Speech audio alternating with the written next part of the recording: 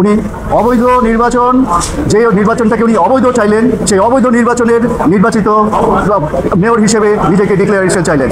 মানে বৈধ অবৈধ ওই নির্বাচনকে আপনি কি মনে করেন?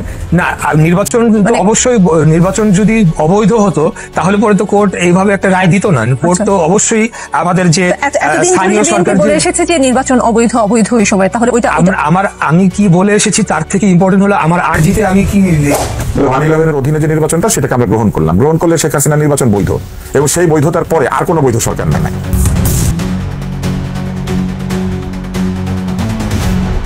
ঢাকা দক্ষিণ সিটি কর্পোরেশনের নিজেকে বহুদিন ধরে মেয়র দাবি করে আসছে বিএনপি নেতা ইশরাক হোসেন। দেশে আওয়ামী লীগের পতন হওয়ার পরপরই বিএনপির এই নেতা নিজের কর্মী সমর্থনদের দিয়ে শপথ ছড়ায় নিজের নামের আগে মাননীয় মেয়র ইশরাক উপস্থাপন করেছে জনসম্মুখে গণমাধ্যমে। তবে গণমাধ্যমে ইতিমধ্যে উল্লেখ্য, নির্বাচনটি আওয়ামী লীগ আমলে হওয়ায় যেহেতু সকল নির্বাচনকে অবৈধ ঘোষণা করা হয়েছে, সেখানে ইশরাক হোসেনের মেয়র দাবি করা যেন আওয়ামী লীগকে পরিপূর্ণভাবে বৈধ বলার সমান অধিকার রাখে। ইশরাক কোন দলের সেটা গুরুত্বপূর্ণ নয়, গুরুত্বপূর্ণ হচ্ছে ইশরাককে মেয়র ঘোষণা দিয়ে 2018 ও 24-এর অবৈধ ইলেকশন গুলোকে সূক্ষ্মভাবে বৈধতা দেওয়া হলো। 18 ইলেকশন যদি অবৈধ হয়, 24-এর ইলেকশন যদি অবৈধ হয়, তাহলে আদালতের রায়ে সিলেকশনের মাধ্যমে আওয়ামী আমলের ইলেকশনের ফলাফল হিসেবে এখন কিভাবে মেয়র হয়? তাহলে তো ঢাকা 17 আসনে জনাব হিরো আলমকেও এমপি ঘোষণা দেওয়া উচিত। একইভাবে ইন্টারিম সরকারেরও প্রয়োজন নেই, সেই অবৈধ ইলেকশনের বিরোধী দলের 300 জনকে তো আদালত এমপি ঘোষণা করতে পারে। আমরা সাধারণ জনগণ আইন আদালত কম বুঝি, সেজন্য ইশরাকরা বলে জীবন থাকতে স্থানীয় সরকার নির্বাচন নয়, কারণ ইশরাকরা জানে বিচারপতি তাদের, ক্ষমতা এখন তাদের, আদালতও তাদের। এভাবে মেয়র হতে পারলে জীবন দিয়ে তো স্থানীয় সরকার নির্বাচন ঠেকাবেই।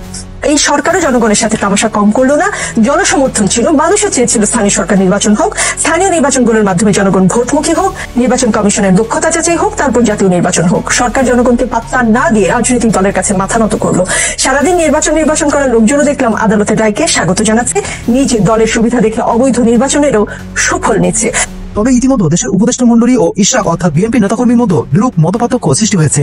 খুব শীঘ্রই ইশরাকের বিরুদ্ধে আইনি ব্যবস্থা গ্রহণ করবেন বলে জানিয়েছেন গণমাধ্যমে উপদেষ্টা আসিফ মাহমুদ। উত্থাপন করা হয়েছিল শপথ দেওয়ার বিষয়ে।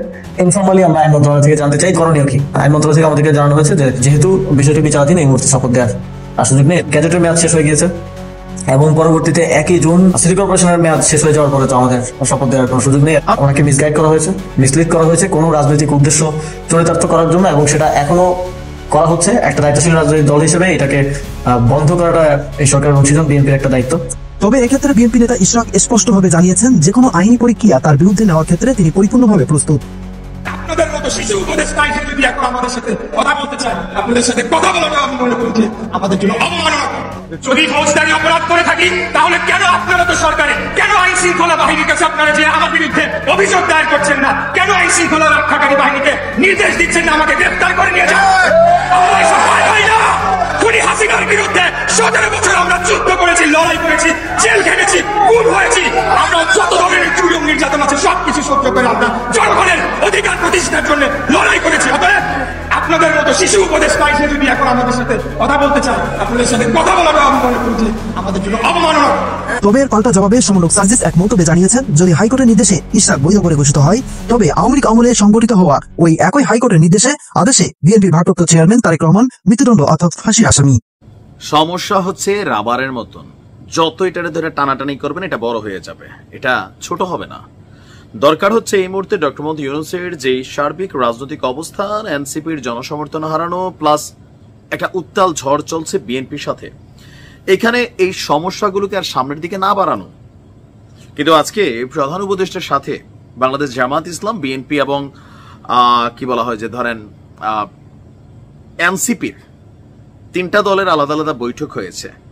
তো এনসিপি বৈঠক শেষে তারা যে তথ্য দিছে যে তারা ডক্টর ইউনূসের কাছে কি কি প্রস্তাব রাখছে, এই প্রস্তাব যদি ডক্টর ইউনূস বাস্তবায়ন করে তাহলে বিএনপির সাথে আরো বড় একটা কনফ্লিক্ট তৈরি হবে। কোন ইস্যুতে? মেয়র ইশরাক ইস্যুতে। ঝুঁকাঙ্গা না এই সালা, এরকম অনেকটা স্টাইলে আছে এনসিপির নেতারা। ইশরাকের এই পথটা বিলীন হয়ে যাবে যদি ডক্টর মোহাম্মদ ইউনূস এনসিপির সিদ্ধান্তগুলোকে বাস্তবায়ন করে। কি কি প্রস্তাব দিয়েছে আসুন দেখি।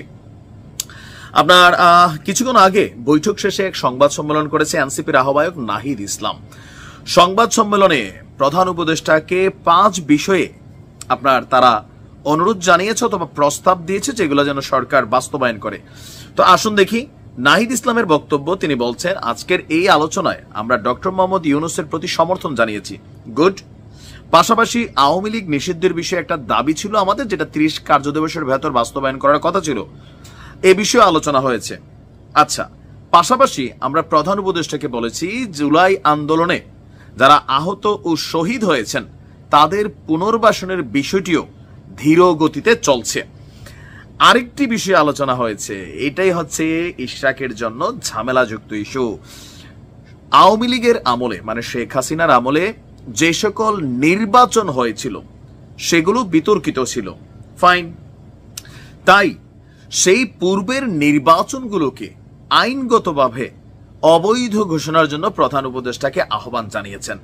এই জায়গাটা পেঁচাইল্লা জায়গা, আবারও বলি, পূর্বের নির্বাচনগুলোকে আইনগতভাবে অবৈধ ঘোষণার জন্য প্রধান উপদেষ্টার কাছে বলছে। এখানে একটু শব্দগত পার্থক্য আছে, দেখেন। বলছে শেখ হাসিনার আমলে যে সকল, মানে সব নির্বাচন, এখানে জাতীয় নির্বাচনের কথা বলে নাই। জাতীয় নির্বাচন, স্থানীয় সরকার নির্বাচন, এগুলো কিন্তু আলাদা, খেয়াল আছে তো? তো জাতীয় নির্বাচনের তার রাইট নাও, এখানে এমপির বিপরীতে কেউ এমপি পদ পাইতেছে, বিষয়টা এরকম না। এই সরকার আসার পর দুইটা জায়গায় যে ঘটনাটা হয়েছে সেটা হচ্ছে চট্টগ্রামে ডক্টর শাহাদাত হোসেন, তিনি আওয়ামী লীগ সরকারের সময় মেয়র পদে লড়েছিলেন। সেই সময় তাকে পরিকল্পিতভাবে হারানো হয়েছে দাবি করে তিনি আদালতে মামলা করেছিলেন। সেই মামলায় তিনি কিন্তু জয়লাভ পাইছিলেন এবং তাকে সরকার, আপনার তার এই পদটার জন্য আবার সরকারের মধ্যে আরেকটা কাহিনী হয়েছিল, অনেকেরই খেয়াল থাকার কথা। এই সরকার আসার পরে একটা প্রজ্ঞাপন জারি করে সকল সিটি কর্পোরেশন জাতীয় শহর নির্বাচনের মানে যে পদগুলো ছিল এগুলোকে বিলীন করে দিয়েছিল। যখন চট্টগ্রামে চসিকের মেয়র ডক্টর শাহাদাত তিনি আদালত থেকে রায় পাইলেন, তখন আরেকটা প্রজ্ঞাপন জারি করা হলো যে চট্টগ্রাম ছাড়া বাকি 11টি সিটি কর্পোরেশন, সম্ভবত আমার যদি ভুল না হয়, চট্টগ্রাম ছাড়া। কেন চট্টগ্রামে ডক্টর শাহাদাত তিনি বিএনপিরই, এটা সরকার দেখলাম প্রজ্ঞাপন করলো। কেন করলেন? আবার যখন এখন ইশরাক রায় পাইল, তখন এসে তারা বলতেছে যে না, এই নির্বাচন তো অবৈধ ছিল, অবৈধ নির্বাচনের বৈধ মেয়র আপনি কেন হবেন? এনসিপি বারবার বলছিল, এমনকি সর্বোচ্চ লেভেলে ডিফিট করার চেষ্টা করেছে, কিন্তু কোনোভাবেই সফল হয়নি। এখন আজকে গিয়া যখন আবার এই প্রস্তাব দিয়ে আসছে, এখন এই নির্বাচনগুলোর, শেখ হাসিনার আমলের যতগুলা নির্বাচন হয়েছে এর মধ্যে কনফ্লিক্টেড ইস্যু হচ্ছে ঢাকা দক্ষিণ সিটি কর্পোরেশনের যে মেয়র ইস্যু। এখন ডক্টর ইউনূস যদি এগুলোকে বাতিল করে বা অবৈধ করে, তাহলে কি হবে? মেয়র ইশরাক, তার এই মেয়র পদটা অবৈধ হয়ে যাবে। কেন? নির্বাচনটাকে এ টু জেড মিলে অবৈধ ঘোষণা করা হচ্ছে। এই ধরনের প্রস্তাবনাগুলো যখন সামনে আসবে, তো বিএনপির সাথে কি হবে? আর তো ভেজালই লাগবে ভাই, এটা তো এখানে পজিটিভ কোনো কিছু হবে না। এমনকি বলছে যে আপনার অভ্যুত্থান পরবর্তী, গণঅভ্যুত্থানে যে সকল ছাত্র প্রতিনিধিরা উপদেষ্টা হয়েছেন তারা কোনো রাজনৈতিক দলের প্রতিনিধিত্ব করেন না, আমরা এই বিষয়ে স্পষ্ট করছি। গণঅভ্যুত্থানের প্রতিনিধি হিসাবে উপদেষ্টা হয়েছেন, এটাতে অনেকে হাহা রিয়েক্টও দিয়েছেন। দেখা যাক কি হয়, বিএনপিটাকে কিভাবে নেয়। প্রিয় দর্শক, শেখ হাসিনার বিরুদ্ধে কথা বলে শেখ হাসিনার সময়ে নির্বাচনকে অবৈধ বলে আজ শেখ হাসিনার অনুপস্থিতিতে নিজেকে বৈধ বলা কতটুকু যুক্তিযুক্ত বলে আপনি মনে করছেন তা অবশ্যই জানাতে ভুলবেন না।